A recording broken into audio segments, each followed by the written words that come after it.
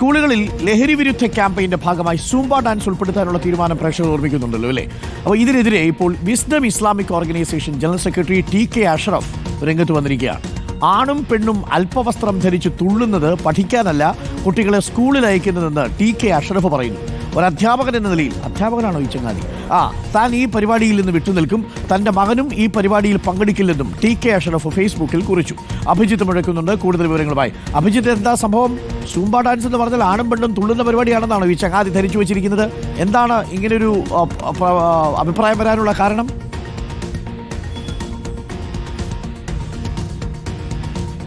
Doctor Arunkumar, വിദ്യാർത്ഥികളിൽ മാനസിക സമ്മർദ്ദം കുറയ്ക്കുക, അതുവഴി ഈ ലഹരിയിലേക്കൊക്കെ അത്തരം തെറ്റായ പാതകളിലേക്ക് വിദ്യാർത്ഥികൾ പോകുന്നത് തടയുക എന്ന ലക്ഷ്യം വെച്ചാണ് സംസ്ഥാന സർക്കാർ സൂംബ കൊണ്ടുവരാനുള്ള ഒരു തീരുമാനത്തിലേക്ക് എത്തിയത്.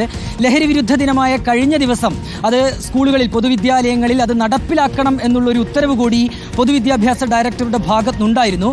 ഈ ഒരു ഉത്തരവ് വന്നതിന് തൊട്ടു പിന്നാലെയാണ് ഈ വിസ്ഡം മുജാഹിദ് നേതാവിൻ്റെ ഭാഗത്തുനിന്ന് ഇങ്ങനെയൊരു ഫേസ്ബുക്ക് പോസ്റ്റ് ഉയർന്നു വന്നിരിക്കുന്നത്. അദ്ദേഹം പറയുന്നത്, ആണും പെണ്ണും അല്പവസ്ത്രം ധരിച്ച് തുള്ളുന്നത് പഠിക്കാനല്ല കുട്ടികളെ സ്കൂളിലേക്ക് അയക്കുന്നത്, മറിച്ച് ഗുണമേന്മയുള്ള വിദ്യാഭ്യാസം ഉറപ്പുവരുത്തുക എന്നുള്ളത് ലക്ഷ്യമിട്ടാണ്. ഈ പരിപാടിയോട് മാനസികമായി യോജിക്കാത്ത നിരവധി രക്ഷിതാക്കളുണ്ട്, അധ്യാപകരുണ്ട്. പക്ഷേ പലരും ഇത്തരം കാര്യങ്ങളിൽ ഒരു അഭിപ്രായ പ്രകടനം നടത്താത്തത് നടപടികളൊക്കെ ഭയന്നാണ്. പക്ഷേ താൻ അത്തരം നടപടികളെ ഭയക്കുന്നില്ല. താനൊരു അധ്യാപകനാണ്. ഇങ്ങനെ ഒരു അഭിപ്രായം പറഞ്ഞതിൻ്റെ പേരിൽ ഡിപ്പാർട്ട്മെൻറ്റ് ഏത് നടപടി സ്വീകരിച്ചാലും അത് ഉൾക്കൊള്ളാൻ, അത് സ്വീകരിക്കാൻ താൻ തയ്യാറാണ് എന്നുകൂടി ടി.കെ. അഷ്റഫ് പറയുന്നുണ്ട്. അദ്ദേഹം, ഞാൻ മനസ്സിലാക്കിയതനുസരിച്ചാണെങ്കിൽ അദ്ദേഹം ഒരു എയ്ഡഡ്